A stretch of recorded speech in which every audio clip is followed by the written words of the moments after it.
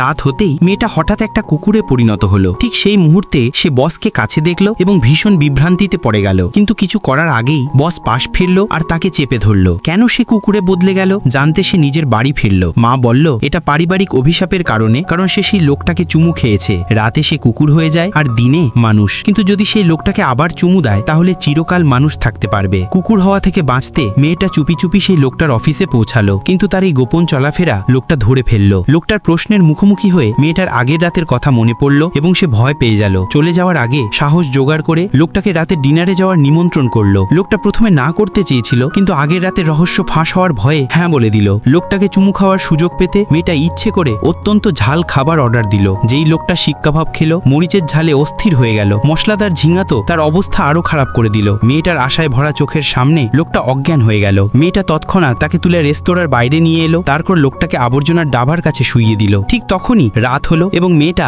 আবার ছোট কুকুরে বদলে গেল। সে লোকটার মুখের কাছে গেল এবং চুমু খাওয়ার ঠিক আগে লোকটা হঠাৎ জেগে উঠল। কুকুর দেখে সে এত ভয় পেল যে আবার অজ্ঞান হয়ে গেল। ঠিক তখন লোকটার অ্যাসিস্ট্যান্টের গলা শোনা গেল। ধরা পড়ার ভয়ে মেয়েটা অনিচ্ছে চলে যেতে বাধ্য হলো। লোকটা যখন সচেতন হলো তখন মেয়েটার কাছে সেই ছোট কুকুরটার হঠাৎ আবির্ভাবের উত্তর চাইল।